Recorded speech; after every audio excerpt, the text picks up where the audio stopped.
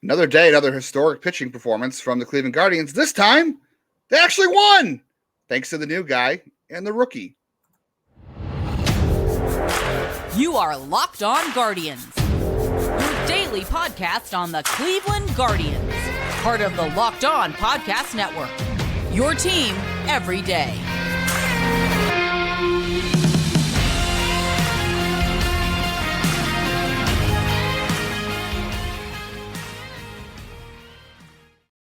Hello, all you great Locked On Guardians listeners.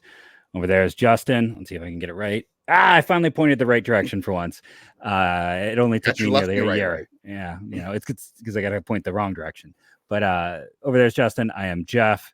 I want to thank you all for joining us today, and to one of our many fine everydayers. I just want to say Kurt Smith. Charlie Manuel is too old to be a hitting coach. Jim Thome doesn't want to be a hitting coach, but I appreciate your love and hustle. Some people don't want the grind of an everyday move. If you are on the move, you want to get some bird dogs because they're comfortable. So go to birddogs.com/LockedOnMLB or enter promo code LockedOnMLB for a free white tech hat with your order. These, you won't take off your bird dogs. We promise you. I'm wearing mine. It's actually really comfortable. You'll be seeing this on a lot of shows. I like this hat. I know one of our coworkers said they forgot they were wearing it. It's so nice. So yeah, want to check that out. This was a fun game. It went fast. I do bedtimes with my daughter, and I'll kind of on the sly throw the game on my tablet so I can get some looks in between reading stories. And I feel like I turned around and 3 innings had passed. This was a game. I was like, wait, there's 2 outs in the 9th already. This one went quick, but there's fun things to talk about. You and I were discussing before we got into it. I do want to say, we probably wanted to spend even more time on Ramon Laureano yesterday. You saw what he could do. Like, he came in, he hit a lefty in an important situation. But I think my favorite Laureano tidbit is, I don't know how much Tito was joking, but in the post-game press conference, Justin's laughing because we debated this because this is the state of baseball ownership, where Tito talked about that, he came in and he seemed like he wanted a fresh start. And he was just so happy that somebody made him a peanut butter and jelly sandwich. And we were debating, is that Tito being silly, or is Oakland so cheap that no one is like, no, like, you don't get free food? Like, could he have a massive turnaround just getting out from the cheapest ownership in baseball? And as much as people want to hate on Cleveland, remember, John Fisher is trying to move a team after he literally pulled Major League, the real life version. So it could always be worse. And I would not be surprised if Laureano showed up and was like, we don't have to pay for this. Wait, Moneyball, literally. Someone's going to make us this. Wow. And he had the big hit today. And while Bibee didn't have the no hitter, he continues to show why he's the ace of the future for this team. Just another performance. I'll let Justin get into that in depth. And I do want to say one other thing. My one last point. Gabriel Arias, not a great day at the plate. I understand. Let's see if he can hit lefties. It does not look good when he's out there. But I told it to Justin off air. I'm going to say now, he's like a defensive savant, because the way he takes to first base, like, he should play first base every day because he's the only guy who can be average at it too. I think he's a plus defender. Like, I think he's a 60. Yes, he's their best defensive shortstop, but put Rocchio at the position he's mostly played. Let Gabby play first. The fact he's learned first and right field and all these other positions kind of on the fly is amazing. How quickly he takes to them. Let him rotate. Let him play around. I've known players through the years where sometimes the best thing for them is having them play a new position every day. I think I was listening to a Reds broadcast. I talked about this, because you don't have time to think about the ups and downs. You're just like, okay, I'm here. I got to remember the rules. I'm in outfield. I got to remember my role. I got to remember, because you got to know all the hitting assignments. You got to know where a guy's likely to go. There's a lot of data on everyone's batted ball, and it's a lot to take in. And yeah, he goes 0 for 3, 2 strikeouts. It's not a great day, but he makes some nice plays. And I kind of like this idea of Gabriel Arias, man without a position. Super utility is super hard. It is a hard thing to do, and that's why I'm amazed that there was supposedly stuff going on between him and coaches there, because that leaked out. Yeah, it surprises me. It doesn't surprise me because I know there was whispers about it a year ago in Columbus, but this is a guy who has, I know we're spending a guy who went 0 for 3 or 2 strikeouts today, and we're not starting with Tanner Bibee or Ramon Laureano, the heroes of the game. But just to follow up on your point, he's a good right fielder. He's a solid right. He can play right field. He's not an awful right fielder. Good first base, obviously good at short. Like I'm convinced if you gave him time to learn catcher, center field, I might have a question about center field. I don't know. I don't know about the speed, but I wouldn't be surprised. Like I think he could learn every position if he. Yeah. And as far as the lefty thing is concerned, at this point in the season, like I know the Twins lost, so the Guardians are back to 4.5 behind them in the Central. Right at their heels. Yeah, whatever. At this point, like just play it out and see what happens. But I'm all for Gabriel Arias playing against lefties at this point because agreed. There were times in the minors he hit them well. He didn't do well against them in AAA, but also have to remember that minor league samples are small too. That's one season. So I'm all look. Josh Naylor took a lot of time for him to figure it out too, and I'm not suggesting Gabby is Josh Naylor as a hitter. You heard it here first. He is the next Josh Naylor. God. But now is the time to learn this, right? Sink or swim. Like if it was all about winning, I would say put him in the best position to succeed and don't let him face lefties. But at this point, let him see it and see what happens because you got to figure it out. And this way you get to see Rocchio and Arias at the same time. That's great. And you can move Arias around because he can do all that stuff. It is great to have him at first base too. Rocchio also another nice double today. But Ramon Laureano too. You know what they could do? They could add a 30 home run hitter by waiving Cole Calhoun and adding Yu Chang to this roster. Yu Chang, the hitting savant that everybody knows, is just going to be replace Oscar Gonzalez with Yu Chang. This team is on a roll. They're going to go just and let go by Boston today. I couldn't help myself. I know I'm a. They're going to roll off. Okay. They're going to roll off 20 straight wins if Yu Chang was here. Somebody asked me too. We'll get to Bibee, I guess, in the second segment. Unfortunately, he had the best night of anybody.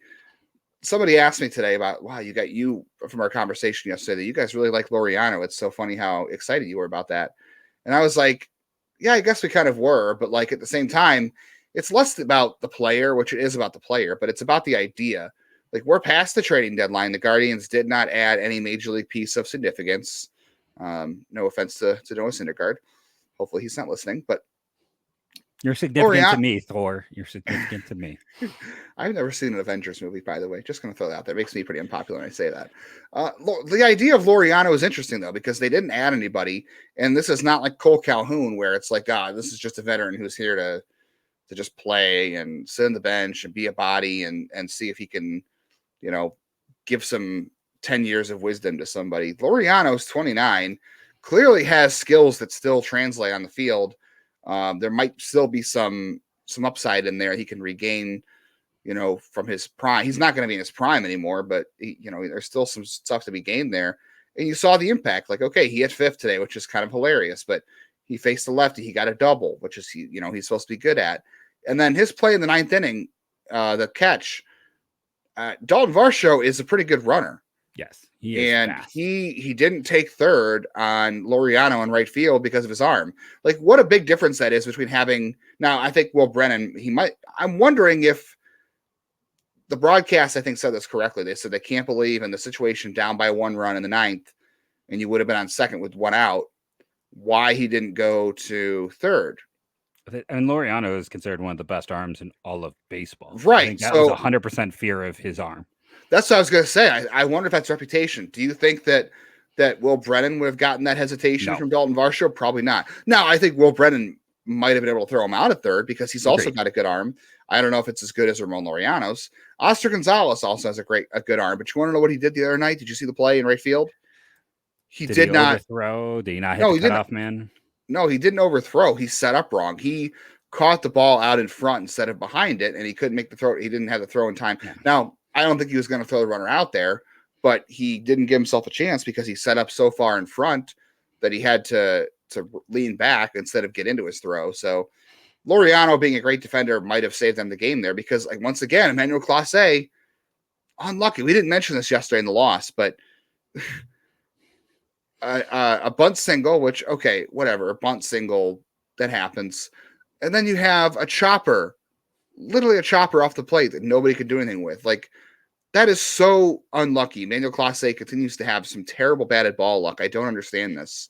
I will say, if you want to fault him for one thing, it's his inability to hold runners. Yes, the only reason Dalton Varsho is even at second base terrible about that in general. everybody is. Except for like Bieber and going back to Plesac. Yeah. Although I will say Tanner Bibee, I think, is second or third in the league in pickoffs. I think he's got 3. He picks a lot of guys off. So most of these guys, like Trevor Stephan, terrible holding runners. Class 8, terrible holding runners. So the only reason Varsho was on second to begin with, to make that an interesting play from Laureano, was the fact that when you get on base against Class A, it's a free base. Like, you can steal. There's nothing Bo Naylor can do because Class A does not have a slide step. He doesn't check runners. That's an issue for sure. And remember in the past, this goes back to Karinchak too, which I know people are going to be like, oh, they hate Karinchak. This goes back to that. Like, how many times have we heard Tito or somebody say, well, you want him to work on holding runners? And they're like, ha, ha, ha, that's stupid. They're just trying to manipulate service time. Maybe, but like also kind of serious, right? Because that's an issue with this bullpen. It's an issue. Like I said the other day, Trevor Stephan has more stolen bases allowed this year than Shane Bieber. And Shane Bieber has twice the amount of innings and hasn't pitched in a month. So I think it's a problem. Anyway, Class A got the save, but bad batted ball luck.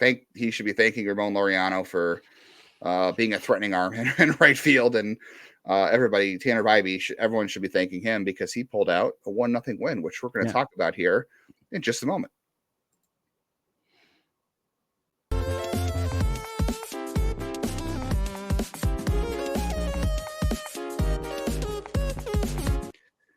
Well, as Jeff said, you are not going to want to take your bird dogs off. We just got some new product from Bird Dogs. You know why? Because we love them. I love getting packages from these guys. Their shorts are comfortable. I took them on my honeymoon. I've worn them bowling. I wore them to family outings.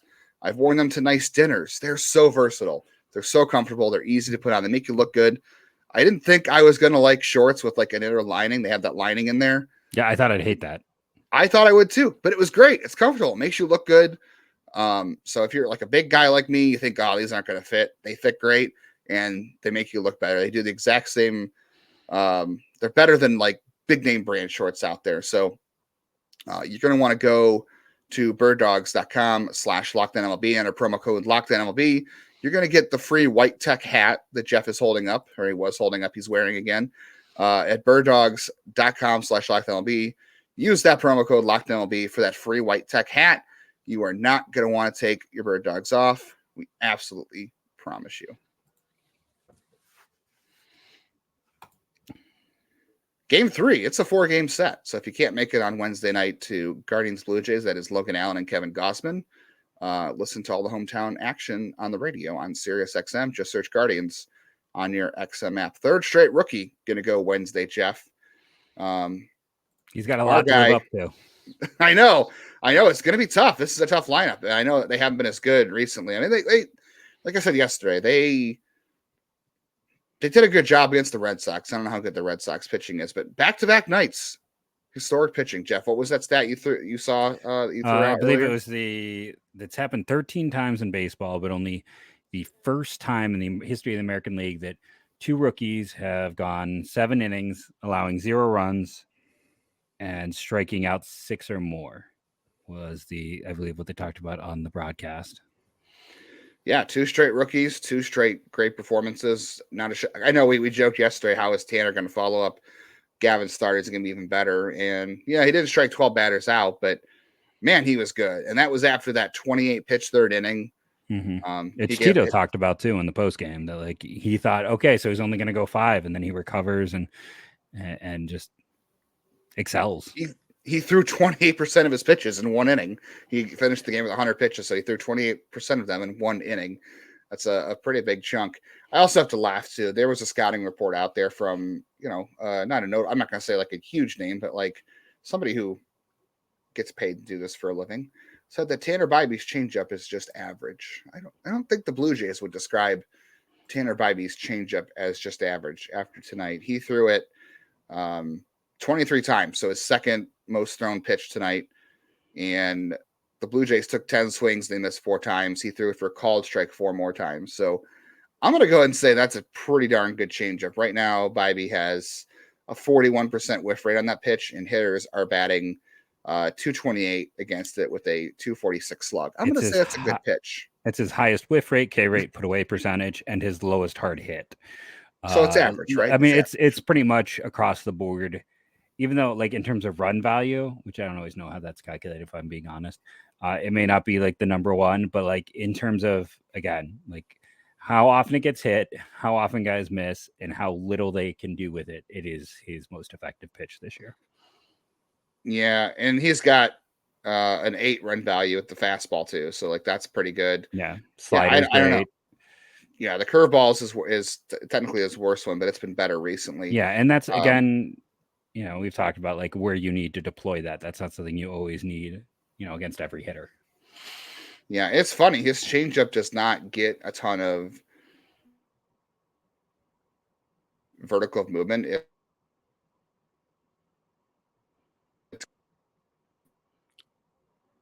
I'm just going to jump in, Justin. You're kind of cutting in and out on me right now, just to give you the heads up and warning. And My back. Kind of. Yeah, Tanner Bibee, he's so good. He's even disrupting your computer. Right now I've got you completely frozen. So just to jump in while Justin's computer catches up here, Tanner Bibee is doing everything he can to prove that like he is, for at least for now, the ace of this team. And I think that's really the big takeaway. We see what Gavin Williams is doing. We have our concerns, but he's excelling. Bibee's excelling. Now imagine if you could add in Tristan McKenzie next year. Imagine if Espino comes back, like this, and I'm going to get myself in trouble, but that is also someone else in the comments is like, well, if you're going to trade injury prone guys, you should have traded Josh Naylor as well. That's the difference here is they have all these pitchers, right? So they're probably going to trade away Bieber. There's still Cantillo on the horizon. You're hoping for McKenzie back. People are writing off Quantrill. It's been a bad year, but it's one bad year after 2 good ones. Let's not throw the baby out with the bathwater. Isn't that the old timey saying? So this staff in general, it's still set up to be really interesting in a year. And if guys avoid surgery, fingers crossed, double fingers crossed, like I said, maybe they hold on to Bieber and try to increase his value through the year. Maybe you're talking Bieber, McKenzie, Bibee, Williams, and Allen next year. And boy, doesn't that sound amazing. Yeah, and the depth you got behind that continues to be Cantillo, Espino. You hope is back at some point. And that's next not even year. Quantrill in there either. So it's yeah, that's and you have Curry, who's an option. Yeah, I think Curry is earning that right too with what he's showing us this year.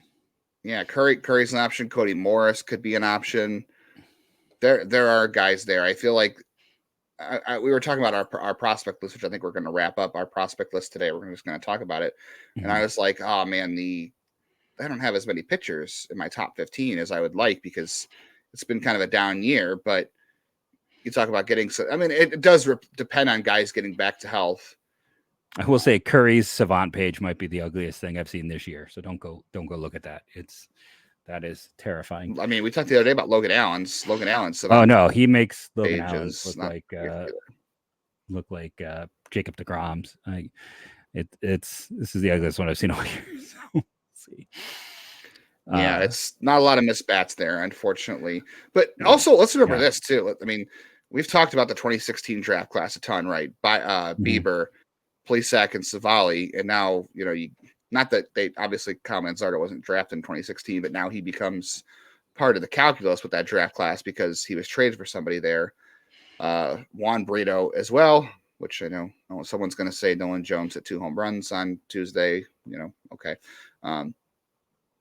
The 2016 draft class was one of the best. And I think it's amazing to remember that this time last year, Gavin and Bibee were both at AA. Like they both had just finished off 3 months at high A, and they were both just in their first month at AA.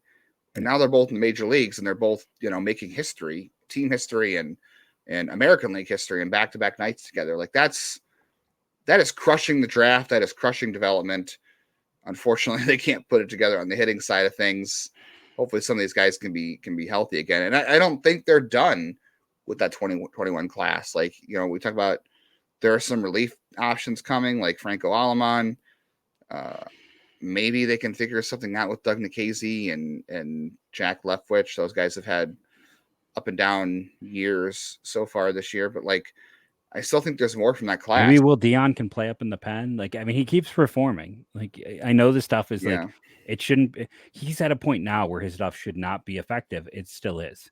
So, Yeah. it's like maybe he could see a future that way as well. I'm kind of intrigued by A him. left-handed Xavier Curry. And they threw a lot of money at Jake Miller, older brother of Cole Miller, who just got $1 million this past year in the draft. Athletic kid, athletic family, and Miller had Tommy John and missed all of that. Like, he might be, if they decide to fast track him, he could be a reliever type to watch. I mean, yeah, he's a 20th. The only reason he's a 20th round pick is because he cost $300,000 to sign. That's a lot.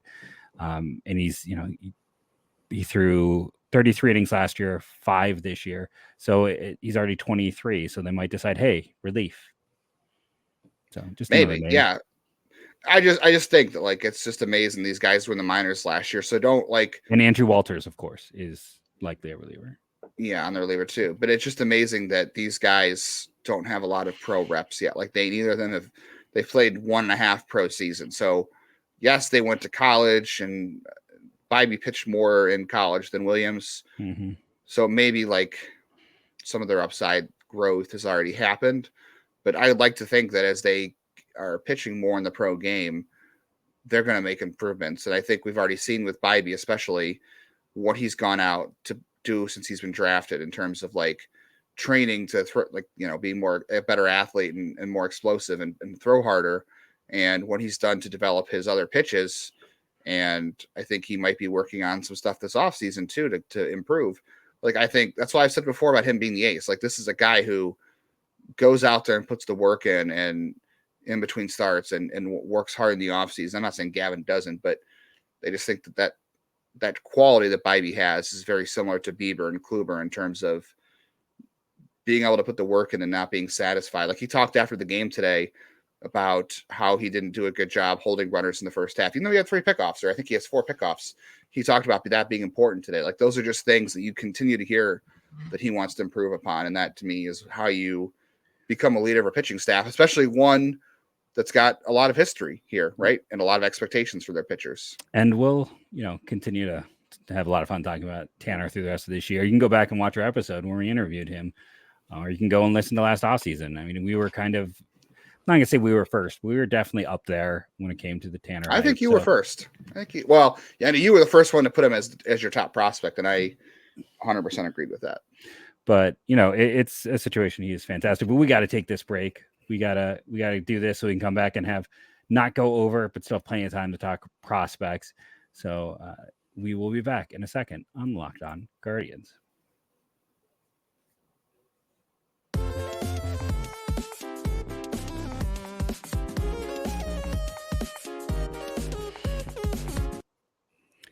Today's episode is brought to you in part by Sleeper. Want the chance to win more money with less picks? Head to Sleeper, where you can win up to 100 times your money on just 2 or more fantasy baseball picks. Sleeper is now offering up to 100 times payout for up to 8 pick contests. Choose as many as 8 players you would like and pick more or less on your favorite baseball stats like home runs, strikeouts, hits, and more. Get your picks right and you could win big. Think Jose Ramirez is going to bang, smash more on homers. Think Tanner Bivey is going to rack up the strikeouts, smash more on strikeouts.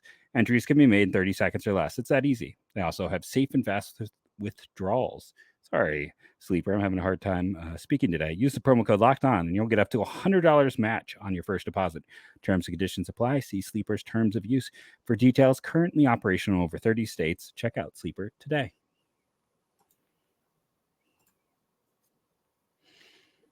Don't forget to check out the Guardians and Jays in Game 3 of this 4-game set on your Sirius XM app. Just search Guardians. Listen, one more note on Ramon Laureano from ESPN Stats and Info. First player in MLB history. He is the first player to have the only RBI in a 1-0 win in his team debut since he did it himself in 2018 with the A's. So Ramon Laureano debuts are good. They win 1-0, and he is the guy to carry it. So, and I know other people brought this up. And we didn't spend that much time on Laureano today, and I feel like we didn't do enough yesterday. That's what someone said. But David Weber, one of our everydayers in the comments on YouTube, and I know other people had this on Twitter, but shout out to an everydayer in the comments. He posted that, like, Will Brennan this year's got a 99 weighted runs created plus against righties, a 120 something for Laureano against lefties. If he is just Jordan Luplow, great. Like, that is still valuable.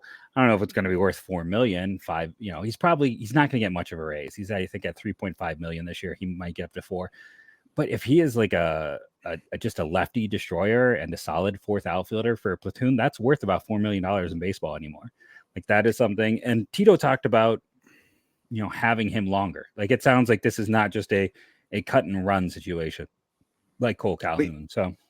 We said it yesterday. He should play. I'm not saying he should play over Will Brennan, but if you want to put Will Brennan in center field and Laureano in right field against even right-handers, not just lefties, I'm all for it. And that's why I was saying earlier, it's not just that, it's not that we really like Laureano. I like the idea of Laureano because he brings defense, he brings speed, he can hit lefties. There are things he does well. Like you said, he's reasonably priced for who he is. You got club control. Like this is the most interesting thing the team has done this year, right? Like when you do an everyday podcast on the same team and they lose games like they did Monday night, like it can be hard to find things to talk about sometimes. And then the Ramon Laureano thing to me, like this is what Cleveland should be doing. They bought low on Khalil Watson, right? That's what they should be doing in their situation. Ramon Laureano is who should be playing in this situation because if you catch lightning in a bottle, guess what? You've got a really valuable player. And if not, hey, didn't work out. We've got other guys we're going to play. Like it's fine. You still hope for Brennan. You still hope for Valera and those guys. So this is really not hurting anybody. This is all upside for the Guardians at this point. There's not much to lose. For as much as people talk about my love of Miles Straw, and I do think he's a useful baseball player, when you have Laureano, you have Brennan, you have Oscar, you got to see what you have. So like Miles Straw, 6th inning, defensive replacement, pinch runner, that should be his role. Like let these three guys play. I don't think we see Valera this year just because he hasn't been healthy enough and they're not going to want to start the additional service time with him. So let the young kids play it out. Let Gabby play some right field. Like let these guys go. Straw to a backup role. And if he has an issue with it, it's like, dude, I'm sorry. If you were the worst hitter in baseball, and I know he's not the worst hitter this year, it's like when you are bottom 10, has that distinction. Yeah, if you're bottom 10 after being worst the year ago, this is what happens. If you're not and I'll go back to this too, the Guardians, if they were really mad about the sell-off, it's like be good at your job and take care of business, and it doesn't happen. Same thing with Miles Straw. You got to hit if you want to keep it. We may not have time for top prospects. We might have to kick it one more time, but let's do it. Well, I was thinking, did we want to do Rookie of the Year chatter instead and then save prospects for tomorrow? We can do that. Yeah. Just because I think we should talk Rookie of the Year with our time left. We should. Yeah. Bibee, by the way, is up to two wins above replacement for FanGraphs, which is his highest among pitchers on the team. He was FanDuel has him 5th in the rating, 5th best odds. Yeah. I think Josh Young is going to be out for quite a bit the rest of this year. I think he's supposed to come back, but I don't know if he's going to come back in the regular season. So that's probably going to hurt his odds. So right now, if you look at F4, and I'm not saying that all the voters are going to be, only looking at that, but Gunnar Henderson, 2.7, Josh Young, 2.7, Luke Raley is somehow still a rookie, 2.5, and then you have Edward Julian from the Twins at 2.0. What about Tristan Cassis? What's he sitting at for them? Tristan Cassis is at 0.9 F4. Defense is that bad. Yeah, well, positional versatility, position hurts him too. Yeah. So he's way down there. And then you have Yoshida at 1.4. Yoshida actually has the highest WRC plus of all the rookie hitters at 128. He's got 12 homers. Gunner's got 19 and Young's got 22. Luke Raley has 15. And then the only rookie pitcher in the American League that Bibee has to contend with is Hunter Brown, who has some more innings at this point, not a lot.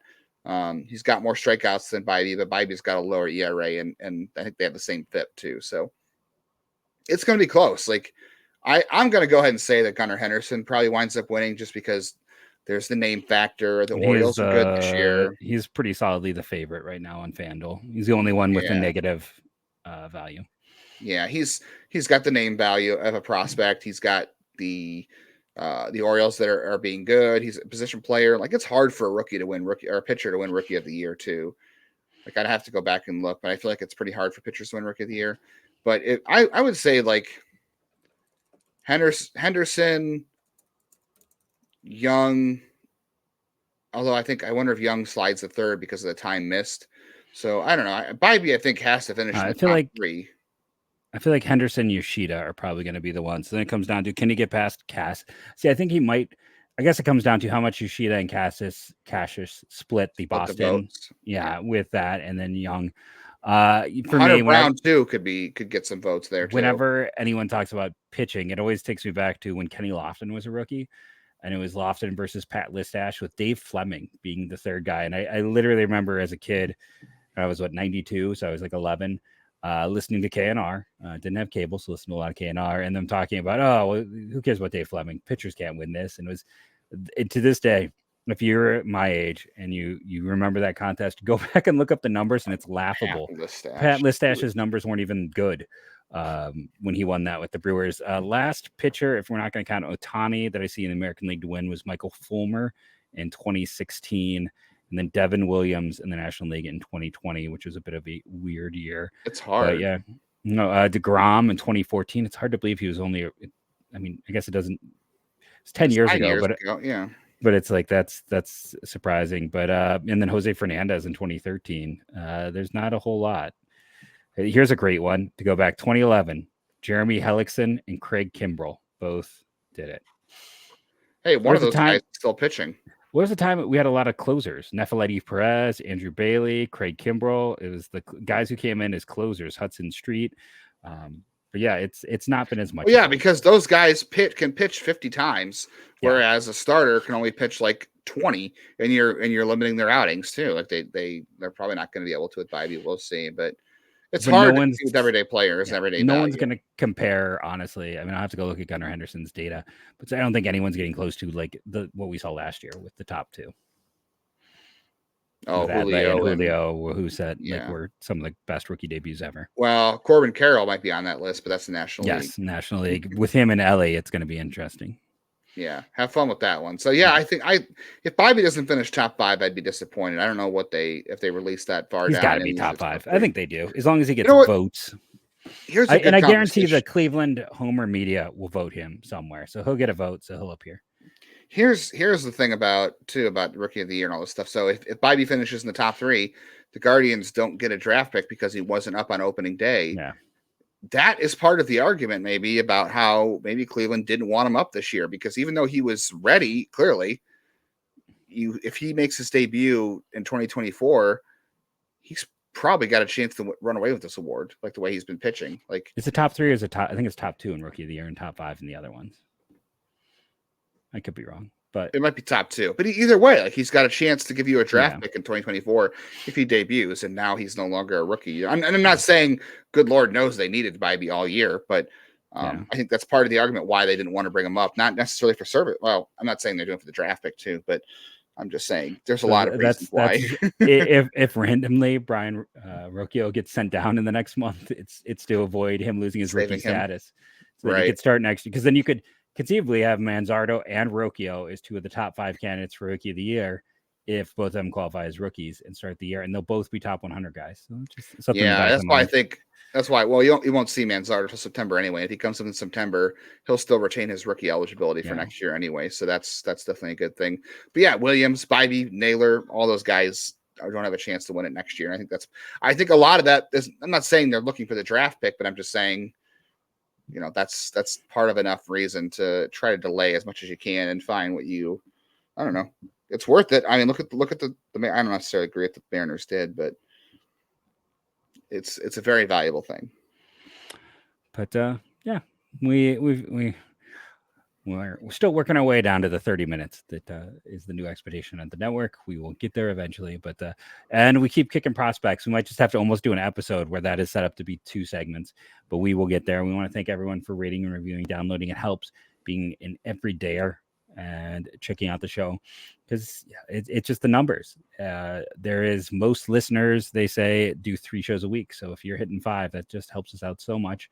So thank you to everyone who does. Thank you for being part of the Locked On Guardians family /team, and go Guardians, go.